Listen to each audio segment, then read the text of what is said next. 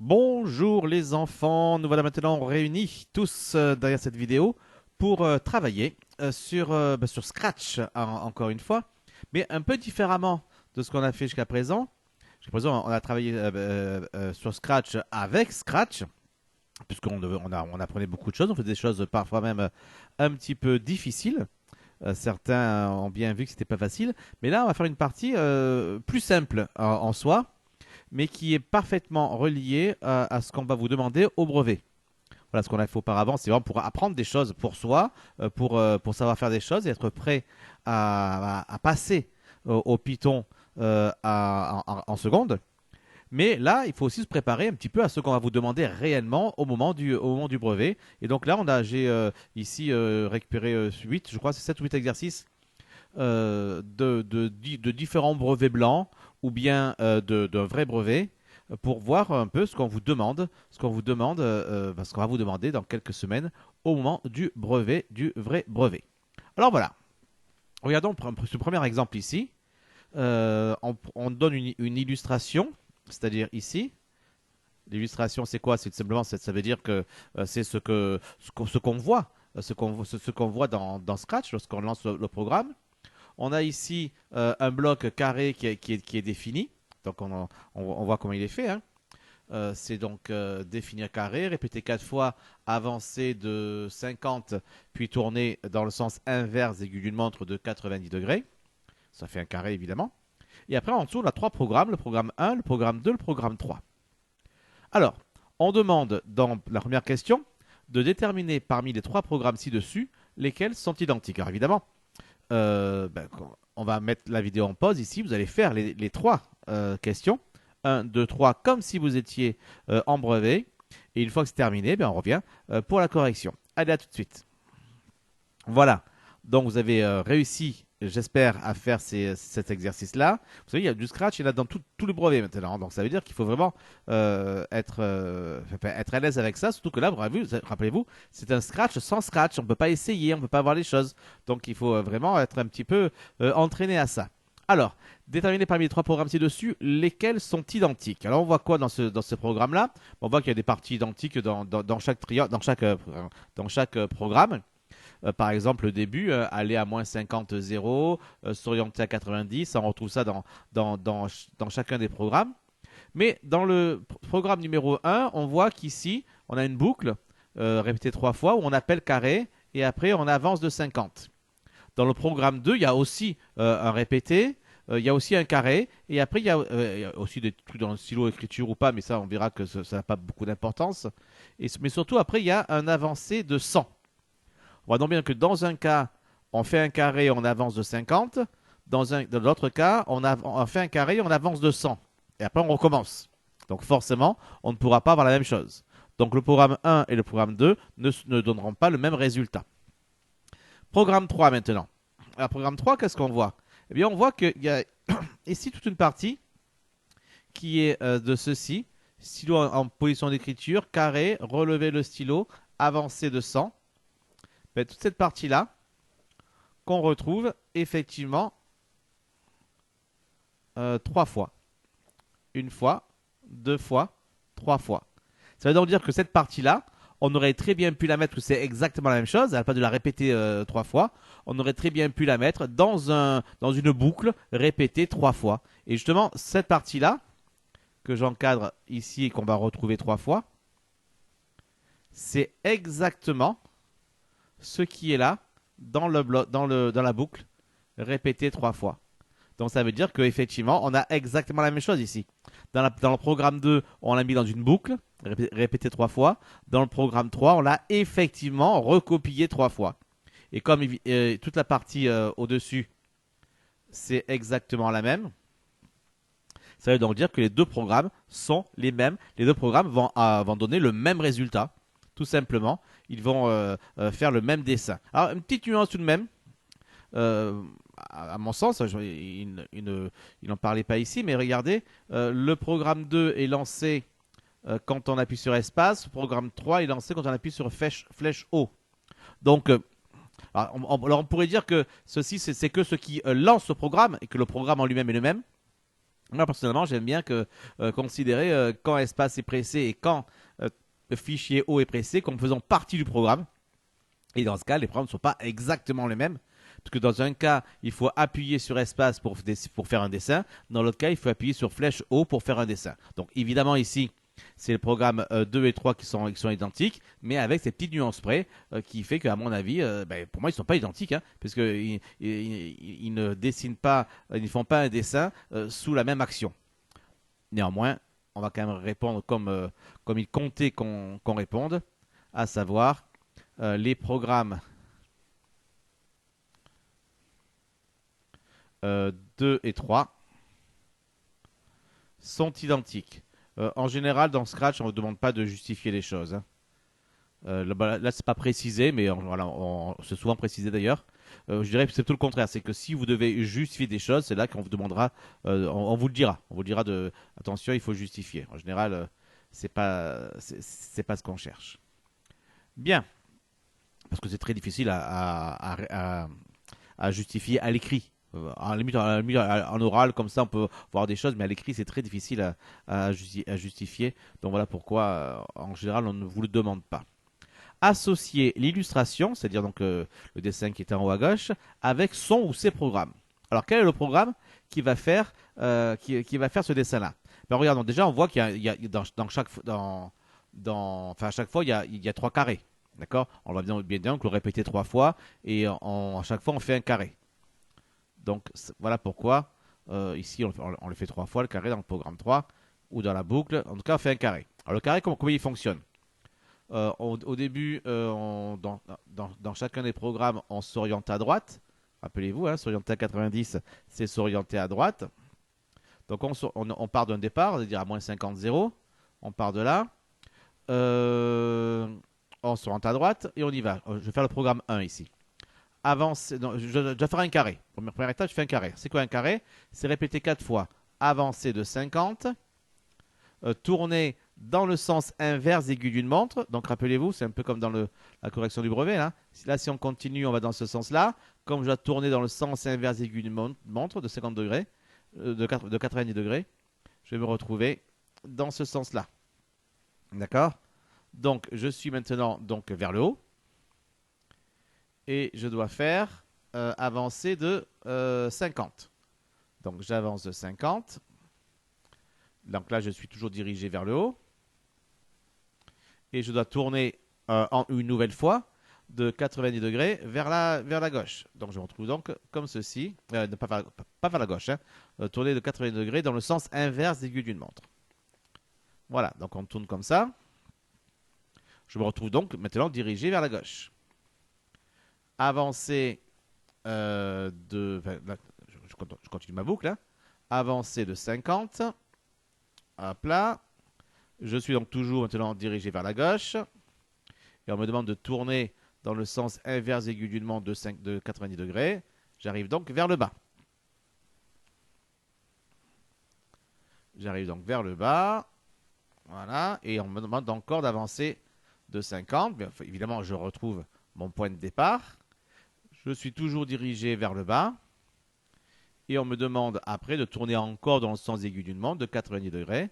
Donc je me retrouve à nouveau dirigé vers la droite.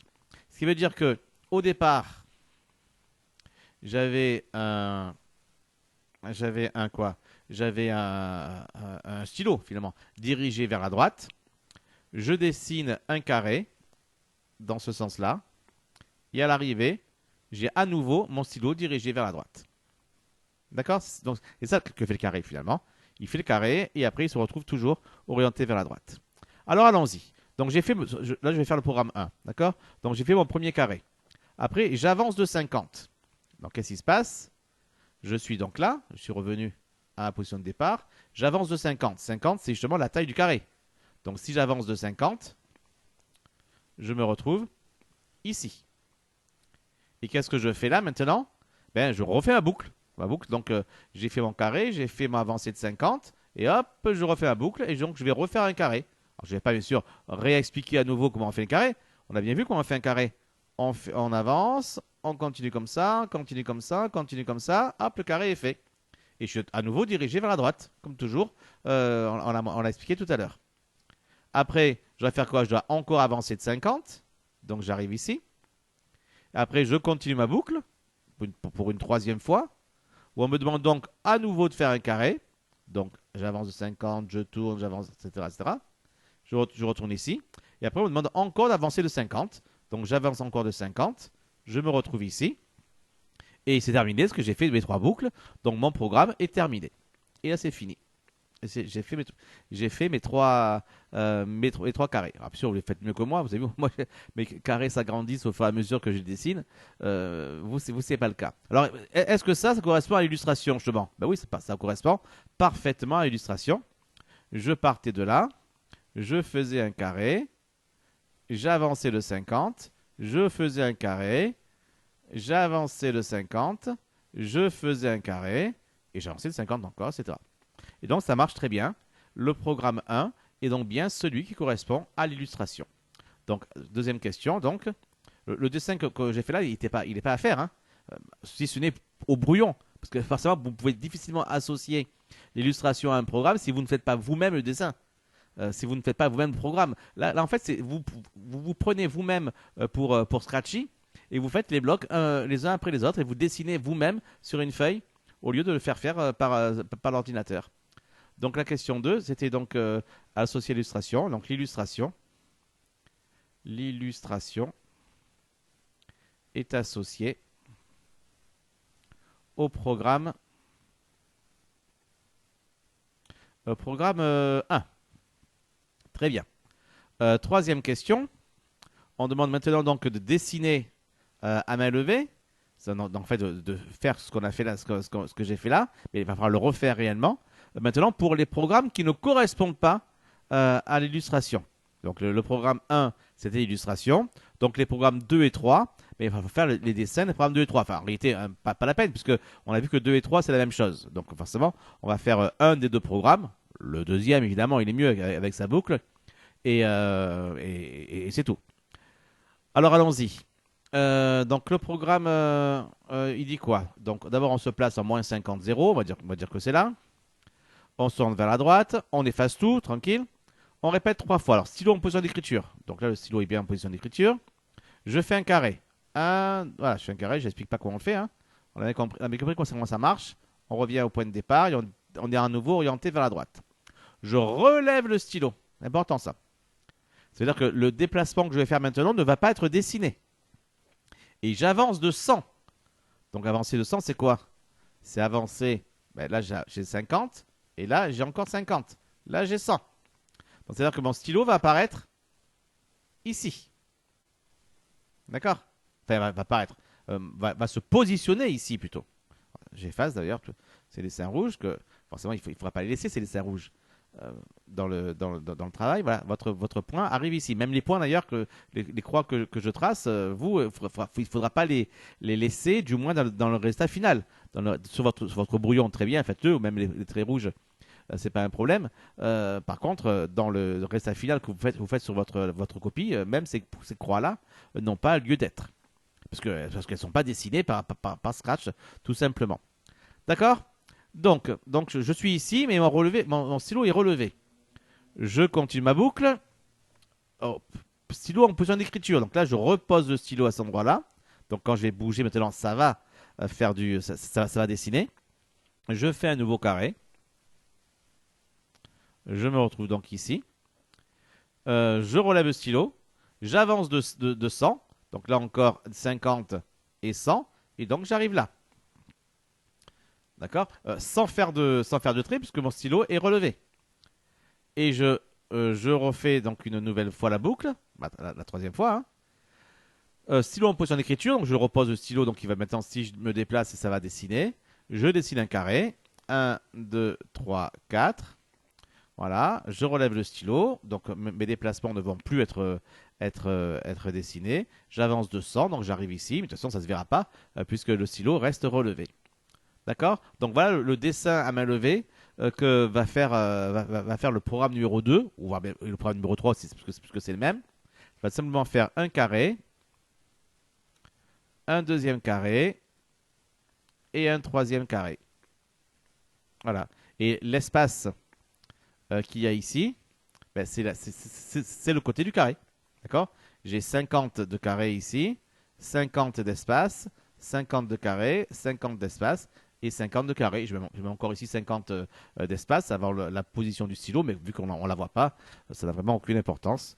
Voilà donc ce qui était demandé dans cet exercice-là. Vous voyez, c'est bien plus simple que que je vous ai demandé de faire dans le Pong par exemple, ou même avant dans le Pythagore, ou dans d'autres choses que vous avez pu faire auparavant. C'est assez facile finalement ce Scratch au brevet. La grosse difficulté, c'est que vous n'avez pas l'ordinateur, donc vous ne pouvez pas essayer les choses tout simplement. Et donc c'est vous qui devez remplacer l'ordinateur et c'est vous qui devez faire pas à pas les blocs. Donc ce qui veut dire qu'on ne demande pas des choses compliquées, mais il y a cette difficulté-là supplémentaire. Puis en plus, l'autre autre difficulté, là vous avez ça en couleur sur le PDF et sur l'écran. Il va de soi que dans ce qu'on vous donnera le jour de brevet, ce sera en noir et blanc. Donc là encore, on perd quelques repères par rapport au bloc que l'on connaît très bien. Voilà. Bon, je pense qu'on a le temps de faire le deuxième exercice. Allez, à tout de suite. Alors, ce qui arrive assez souvent, et c'est le cas dans ce deuxième exercice, c'est qu'on fasse du scratch mélangé avec des maths. C'est-à-dire on va profiter de faire du scratch pour faire des maths également. Alors regardons comment ça marche. Ici, que nous dit-on? On nous dit donc que son professeur de mathématiques a demandé à Mélisse d'utiliser Scratch pour réaliser un script qui traduit le programme de calcul ci-contre, qui est la chose suivante. Choisir un nombre, multiplier ce nombre par 3, ajouter 5, multiplier le résultat obtenu par 4, donner le résultat final obtenu. Voilà. Alors là encore, vous avez pas mal de questions à faire. Faites-les et vous ne revenez à des vidéos que lorsque vous avez terminé, évidemment. Allez, on y va. C'est bon, tout le monde a fait tout le travail? Toujours pareil, hein, si au pire, vous avez commencé à travailler, que vous avez échoué un petit peu sur une question, à la limite, regardez la correction jusqu'à cette question, et après, arrêtez encore la vidéo pour faire le reste tout seul. Toujours pareil, si vous contentez d'écouter ce qu'on vous raconte là, le jeu de brevet, c'est foutu. Hein. Vous n'arriverez pas. Il faut le faire, il faut se casser les dents sur ces petites difficultés-là pour être capable d'y arriver très facilement le jour du brevet. Alors, que nous demandait-on ici? Vérifier en faisant apparaître les calculs que si on choisit 5, alors le résultat obtenu avec ce programme de calcul est 80. Donc allons-y. Hein. Qu'est-ce qu'on fait d'abord? Donc c'est le petit a, petit a. Donc on choisit un nombre. On a dit qu'on choisit 5. On choisit 5. On multiplie ce nombre par 3. Donc 5 fois 3. On ajoute 5 plus 5. Multiplier le résultat obtenu par 4. Donc ça, tout ça, il faut le multiplier par 4. Donc voilà ce qu'est finalement ce programme de construction. Je prends un nombre, je fais x3, j'ajoute 5 et le tout, je le multiplie par 4, d'où les parenthèses, car c'est l'ensemble qui doit être multiplié par 4. Et on doit obtenir 80. Bon, on va essayer. Hein. Ça nous fait combien ça? Ça nous fait 5 fois 3, 15, plus 5, fois 4. Les parenthèses en premier, ça fait donc 20 fois 4. Et 20 fois 4, ça fait bien 80. Donc, aucun problème, ça marche très bien. Quel résultat obtient-on avec ce programme de calcul si on choisit moins 2 comme nombre de départ? Vous avez ici, là, on n'est pas dans du scratch du tout. Hein. On est en train de nous faire travailler sur les programmes de calcul. On est en train de nous faire des maths tout simplement pour vérifier que vous savez calculer. Alors allons-y. Si on remplit, on choisit moins 2. Donc on choisit moins 2. On le multiplie par 3. On ajoute 5. Et l'ensemble est multiplié par 4. On commence donc par la multiplication. Moins 2 fois 3, ça fait moins 6. Moins 6 plus 5, évidemment, fois 4, qu'on ne touche pas pour l'instant. Moins 6 plus 5, ça fait moins 1. Multiplié par 4, ça fait donc moins 4. Petit c. Allez, quand même, on va faire un peu de scratch. Afin de répondre à la demande de son professeur, Mélisse a réalisé, avec le logiciel Scratch, le script ci-contre, où nombre choisi et résultat sont deux variables. Rectifier les deux erreurs commises par Mélisse en barrant et en indiquant en vert directement sur la feuille d'énoncé les modifications à apporter. Donc j'espère que tout le monde a pensé à avoir son stylo vert. Vous voyez, on a besoin du vert dans ce brevet. Alors allons-y. Alors, il fait quoi ce programme? Peut-être agrandir un peu pour qu'on voit mieux les choses. Hop là, voilà. On redonnera une taille normale tout à l'heure. Alors, que fait-il? On choisit un nombre, ça c'est bien. Le nombre choisi à réponse, très bien, ça c'est parfait. Mettre résultat à 9 fois nombre choisi. Pourquoi 9 fois nombre choisi? Regardez, le programme c'est je multiplie par 3. Donc évidemment, ce n'est pas en multipliant par 9 qu'on va y arriver. Ici, ce 9 là, il faut mettre... Ah, dommage. Qu'est-ce qui m'a fait petit là du coup? Parce que je suis pas à 100%, ok. Voilà. Tac, je suis en vert. Je barre donc ce 9. Et je mets un 3 à la place. Donc 3 fois nombre choisi. Après, qu'est-ce que je dois faire? Donc ce 3 fois nombre choisi, on l'a mis dans la variable résultat. Hein. Donc c'est résultat qui vaut ce 3 fois nombre choisi. Ce résultat, eh bien, on met résultat à résultat plus 5. Donc on rajoute 5 au résultat. On aurait d'ailleurs pu ajouter à la place de mettre résultat à résultat plus 5, on a pu mettre ajouter 5 à résultat. Mais là, bon, c'est pareil, ça revient au même. Hein. On a mis à la place de résultat, on a mis donc résultat plus 5. Donc ça, c'est effectivement ce qu'on faisait. Hein. On rajoutait plus 5 une fois la multiplication faite. Et après, mettre résultat à nombre choisi fois 4. Est-ce que c'est bon ça? Ben non, évidemment.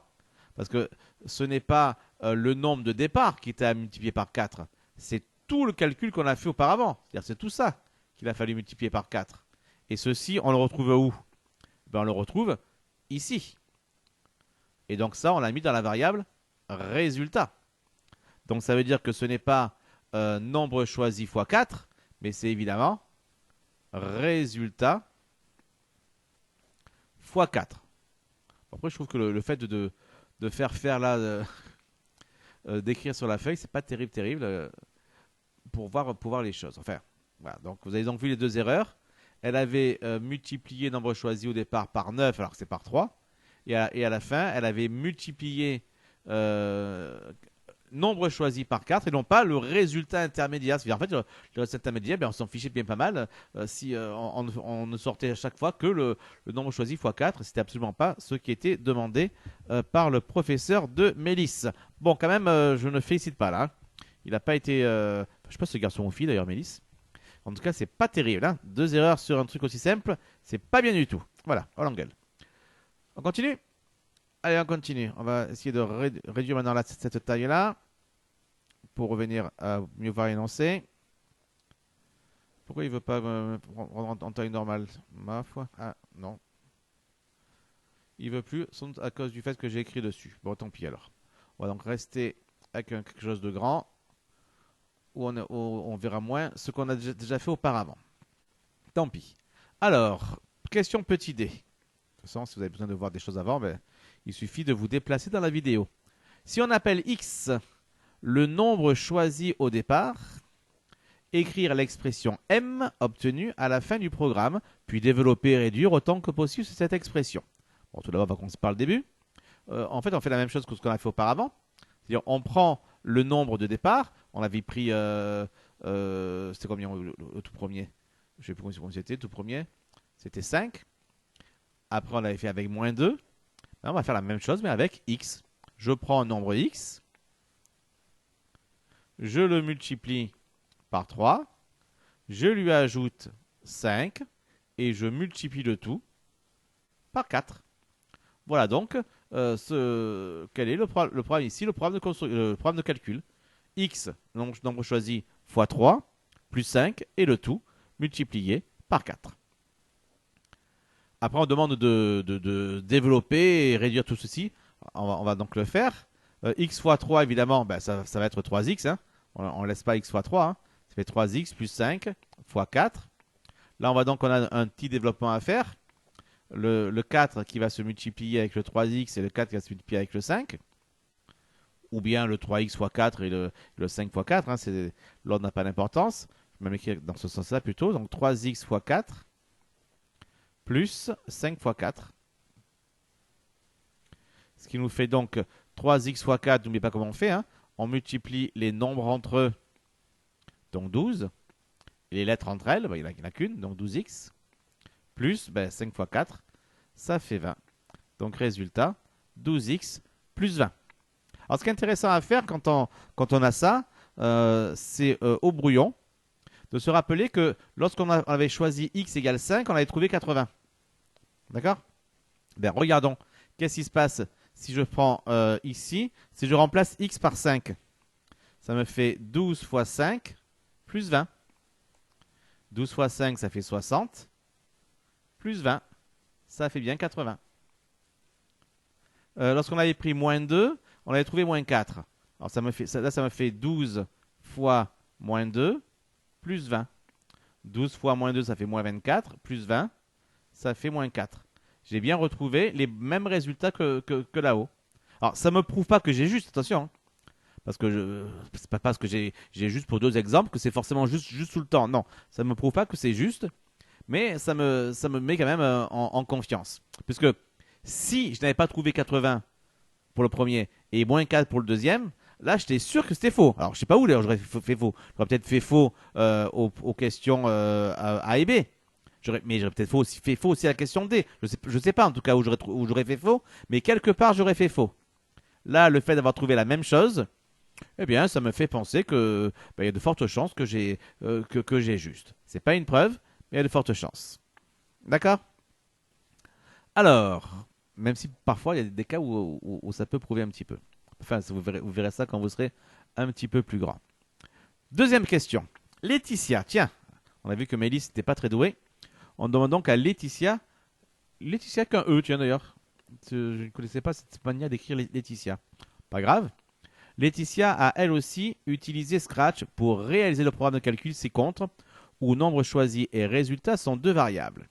Là, on a donc quand drapeau cliqué, on choisit un nombre, maintenant on choisit la réponse, classique. Mettre résultat à 7 fois nombre choisi, résultat à résultat plus 7, et après résultat à résultat moins nombre choisi. Et après on affiche le résultat dans un dia pendant 2 secondes. Alors, on demande quoi? Que dit le programme si Laetitia le fait fonctionner en choisissant au départ le nombre moins 2? Alors là, c'est un peu pareil que tout à l'heure. Hein. On passe donc à la question 2. Alors, si on rentre moins 2, donc nombre choisi, c'est moins 2. D'accord? Résultat prend la valeur 7 fois nombre choisi. Donc, ce nombre choisi est multiplié par 7.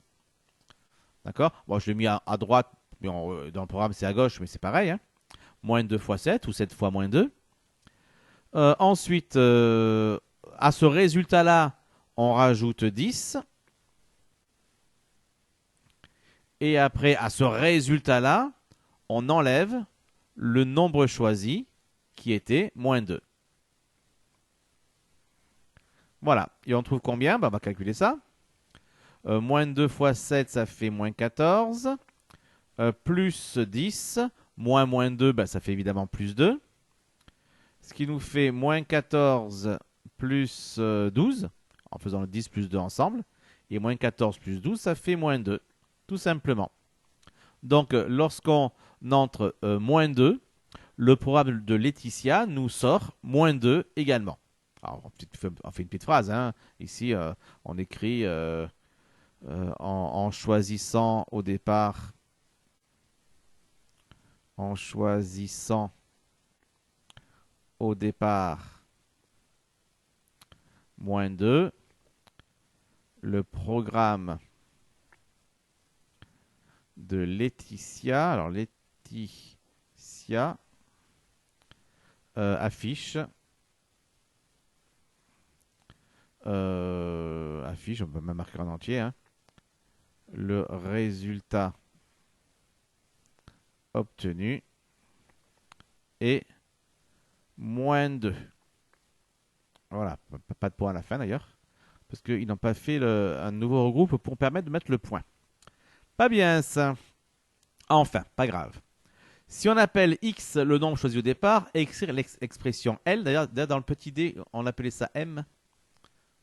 Donc M égale ici, pas oublier.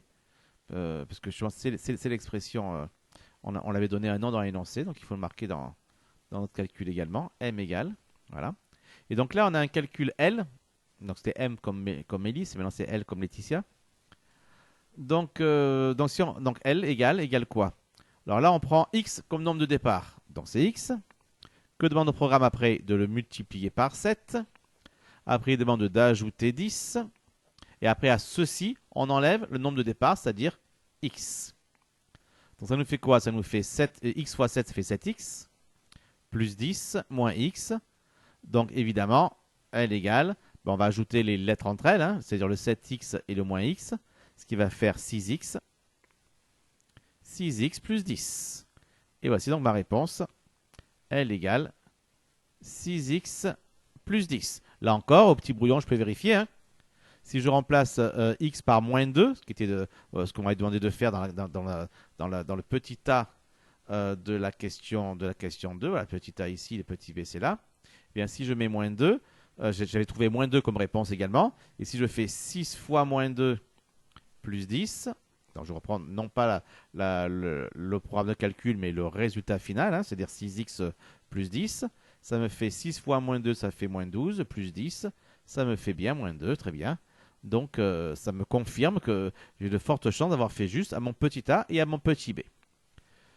Voilà, Maëlys affirme que pour un même nombre choisi, le résultat obtenu avec son programme de calcul est toujours le double du résultat obtenu avec le programme de calcul de Laetitia. Maëlys a-t-elle raison? Voilà la question que nous demandons à faire dans cette question petit 3. Alors, petit 3, je vais le faire ici. Alors ça veut dire quoi? On nous dit que, voilà, ce que Maëlys affirme, c'est que le résultat obtenu par son calcul à elle, c'est-à-dire ce qu'on appelait M, c'est toujours le double du résultat obtenu par le programme de Laetitia, c'est-à-dire est égal à 2 fois le résultat de Laetitia. Voilà ce que dit, en fait, voilà ce que dit Maëlys. Maëlys dit que M égale 2 fois L. Eh bien, vérifions, est-ce que c'est vrai que M égale 2 fois L? Alors dans ce cas-là, comment est-ce qu'on va faire pour faire ça? C'est très simple. On va calculer 2 fois L.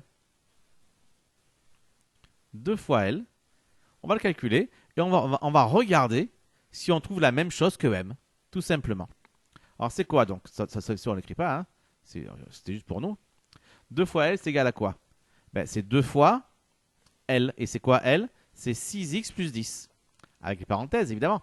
Parce que c'est tout le 6x plus 10 qui est multiplié par 2. Là, j'ai un 2 devant une parenthèse, donc je développe. Ça me fait donc 2 fois 6x plus 2 fois 10. Ce qui fait donc 2 fois 6x, ça fait 12x. Et 2 fois 10, ça fait 20. Donc j'ai 2 fois L qui est égal à ça. Mais justement, c'est quoi 12x plus 20? Ben, c'est marqué ici. 12x plus 20, c'est égal à M. Donc effectivement, j'ai bien 2 fois L qui est égal à M. On peut donc conclure que Maëlys a raison. D'accord? Voilà, donc cette partie-là aussi, ce n'était pas une partie scratch, hein, c'est vraiment une partie mathématique. Ok, voilà, bon, on en reste là pour aujourd'hui. On a corrigé donc les 2 premiers exercices de cette fiche. Eh bien, continuez à les préparer et on continuera à les corriger la prochaine fois. Ciao, ciao, ciao!